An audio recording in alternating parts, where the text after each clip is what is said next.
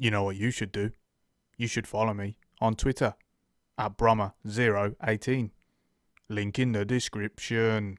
Do it now. What is going on, viewers? Brommer18 here, and thank you for joining me for another video of our FIFA 20 Custom Tactics series, the series where we take real life systems and not only do I show you how to replicate them in FIFA 20, but also how to adapt them slightly so that they will actually work and you'll find a working tactic ready to go in whatever modes you play. Career mode, ultimate team, sometimes seasons, etc.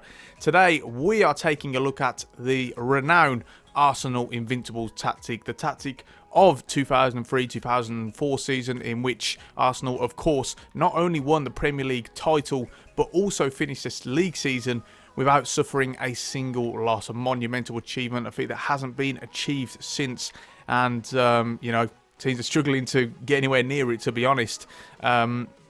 Along with this Sir Alex Ferguson tactic, which I covered in my last video, this has just been the most requested. Those two, by far, the most requested by you guys. So I thought it's time to take another trip down memory lane and complete that small list today with this system. So let's get into it. First of all, very renowned for being, well, we're going to set it as a 4-4-2. You wouldn't be you know, mistaken if you said you thought it was more of a 4-2-3-1 or a 4-4-1-1. You know, we're sort of going to replicate that with the player instructions at some point. But first of all, I will set it as a 4-4-2 holding. So that's what you want to do. You want to set it as a 4-4-2 holding, and then we're going to alter a couple of base positions. So first of all, we'll start with the fullbacks. You want to change these two from right back and left back to wing backs. And the reason being is that it was a very important piece and source of threat in this side for the wing backs to overlap and get forward.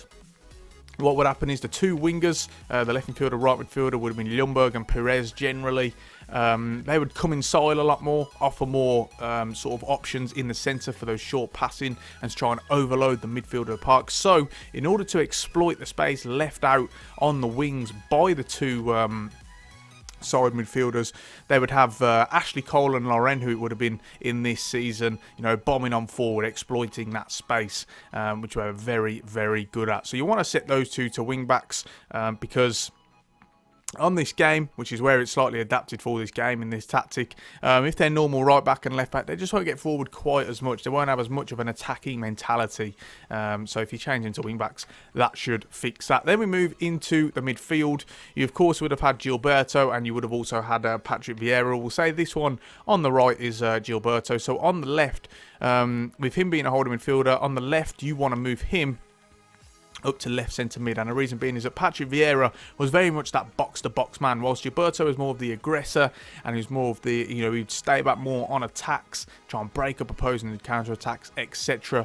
Patrick Vieira is that more box-to-box minded man, so if you move him up to centre midfield, you'll find that, you know, being reflected a whole lot more realistically in-game.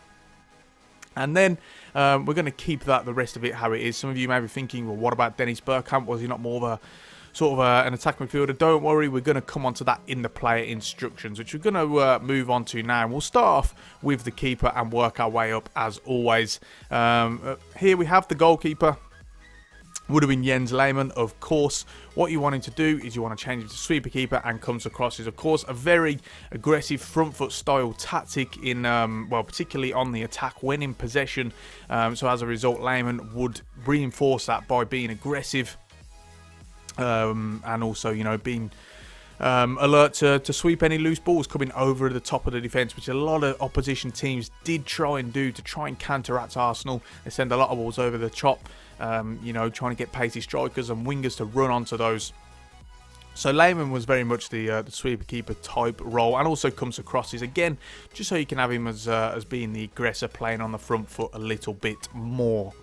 Moving on to the centre-backs, very, very easy. You don't need to change anything here. Stay back while attacking, and also normal interceptions. That's nice and straightforward. So we move on to the wing-backs, and here, of course, you want these to join the attack and overlap. And like I say, they're going to exploit the space left as the central midfielders tend to come into the central areas more. And it's worth pointing out now that the entire Arsenal defence very, very quick. So if you're going to use his tactics and career mode, ultimate team, seasons, whatever it will be, make sure you sign players or pick a team with fast defenders all round, because that's very much what this formation was tailor-made to. Of course, in this system, you would have had Laurent, you would have had Sol Campbell, you'd have had a young Kolo Touré, and of course Ashley Cole as well, all very fast defenders. So that needs to be represented and reflected in, you know, your team when you come to use the system.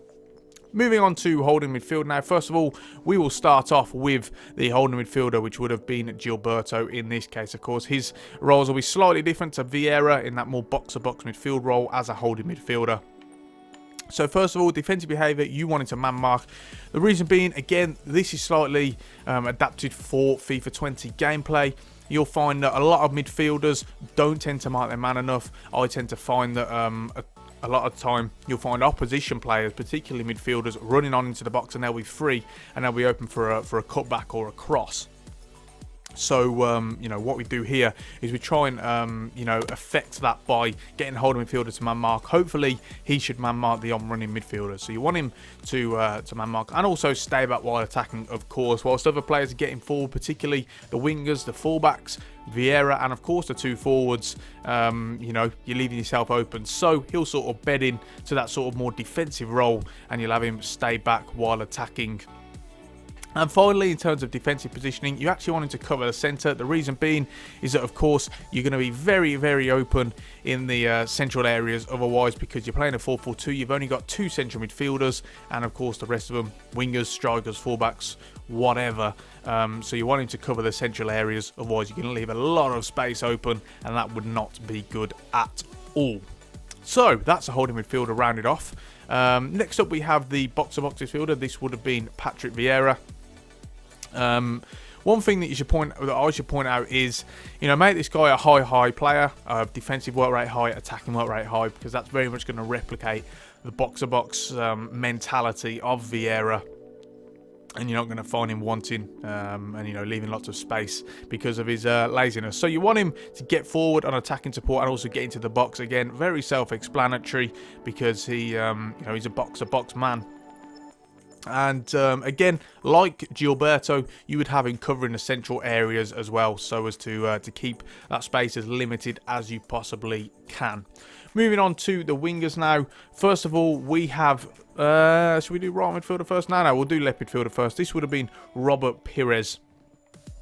Of course, a very, very talented player, but very sort of tailor-made position here, so you're going to find some changes.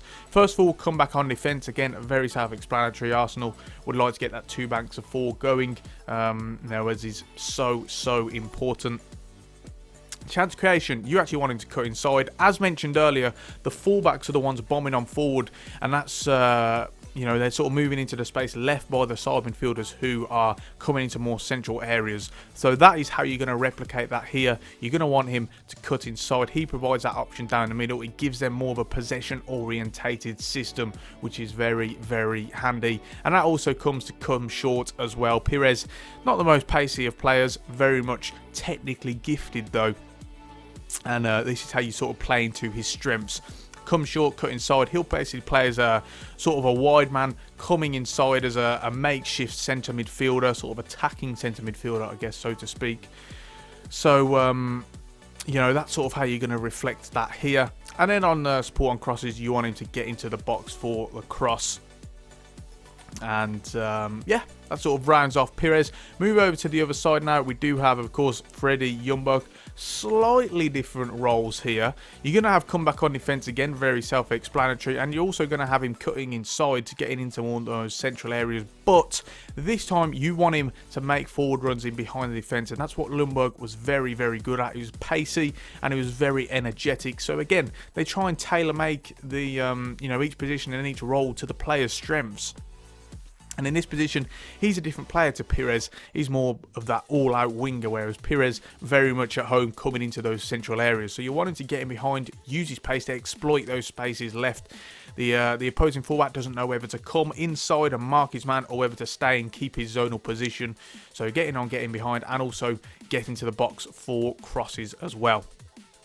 So that rounds off the midfield. Now we move on to the forwards. We're going to say Omri's the left forward and Bergkamp would have been the right forward. So we'll start off with Bergkamp. First of all, you want him to stay central. Of course, very self-explanatory, but he'll be dropping into those central areas and Omri will be more drifting wide. And that's how they scored so many goals, it has to be said. In terms of attacking runs, you want him as the false nine. Now, we mentioned earlier how Bergkamp's position, you know, a lot of people still have debate about it. Was he attacking midfielder? Was he a forward? What we're going to do is we're going to make him forward and play him as a false nine. Therefore, he's going to drop into those midfield spaces. I'm going to pick up the ball from deep and then you can build from there. Gives you another option coming forward in those central areas in midfield, which the system is so, you know, very much sort of tailor-made to crowding out those central areas. So you want Bergkamp playing as a false nine. And also, in terms of defensive support, you want him to come back on defense as well, just to give you that extra option. If you've got the two forwards coming, you know, staying forward on FIFA, and this is where this is again tailor-made for FIFA, this particular decision. If you've got your two forwards staying up, you're just leaving yourself a little bit more open. They can sort of play through you a little bit more.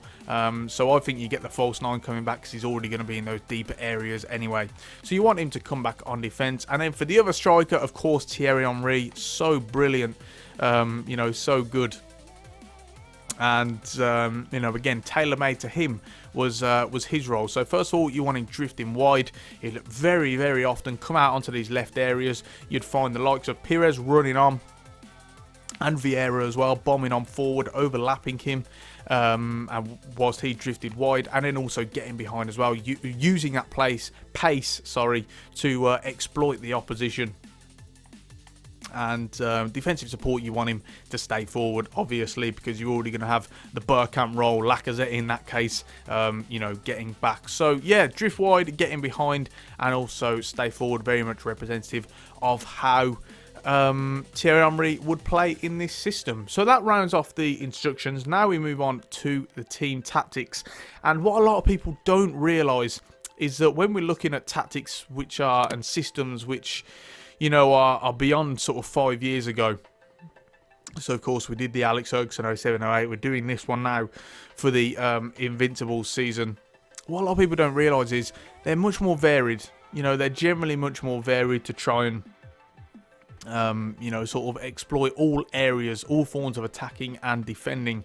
And you're very much going to find that here. So, first of all, we'll start off with the defensive style. And you want pressure on heavy touch. Now, Arsenal plenty of times would sort of drop into their two banks of four, play on the counter, and they would have no problem doing that. But, you know, they're not passive in defence, and that's why you want pressure on heavy touch. When a defender makes a mistake, when it's loose balls, a poor passing error, you know, that's when they start to seize the initiative and play on the front foot. So pressure on heavy touch is what you're looking for there. In terms of defensive width, you actually want to move this down to 2. The reason being is that 1, you've got Ashley Cole and Laurent as wing backs in this, not fullbacks. So you want them to sort of bed in a little bit more and get more width. And also, just playing as, you know, a 4-4-2, you're going to find yourself there being more gaps to play through your team. So what you're going to do is you have to narrow it down so that there's not a space and they've got to sort of go out wide. And then you press them out wide. That's what you see. So many defensive systems that are 4-4-2. Diego Simeone, for example, which we've already covered in our video. So go and check that out if you haven't already. You know, as part of his 4-4-2, his team are very narrow because it leaves less options for the team to play through you. They've got to go around. If they're whipping balls in there, in this system, of course, they're dealing with the likes of a Sol Campbell, a Kolo Touré, very, very strong in the air. And it's much tougher for them to, you know, to create opportunities and to score goals. So you want to put that down to 2. And then in terms of the depth, you actually want to move this up to 7. Now, the reason being is that this is the final one before you move it up to 8 and then it becomes a really high line. If you move it up to 7, like I say, it's the highest one before you move into a high line. You've still got that mid block, but it's not too deep so as to not only passive but also to press when you need to.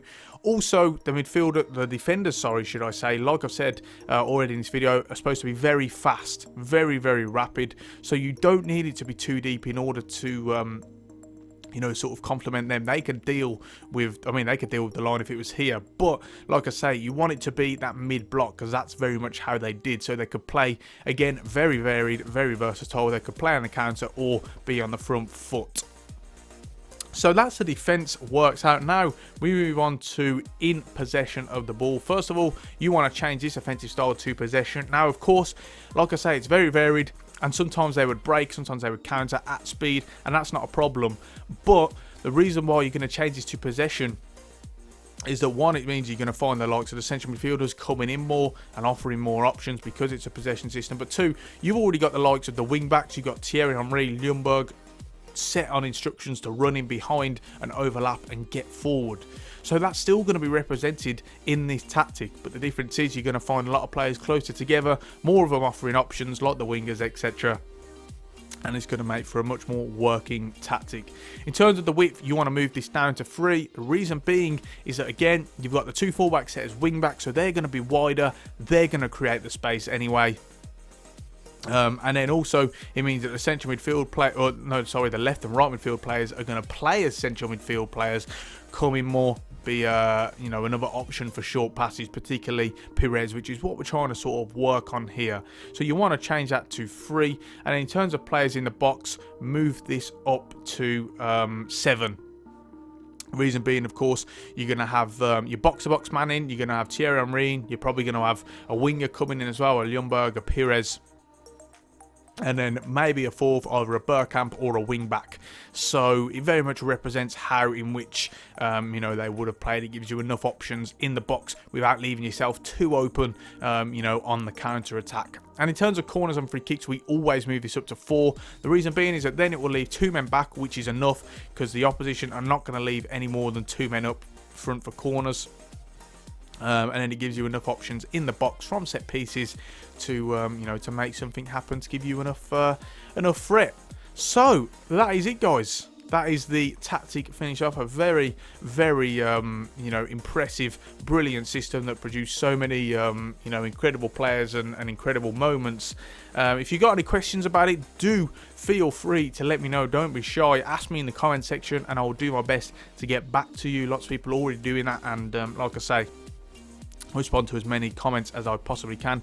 Keep leaving your suggestions in, guys. Don't forget, though, that I do already have a list of loads of tactics that I'm just trying to work my way through. A lot of the ones that people are suggesting are already on my list. You know, I'm just obviously trying to get through them as much as I can.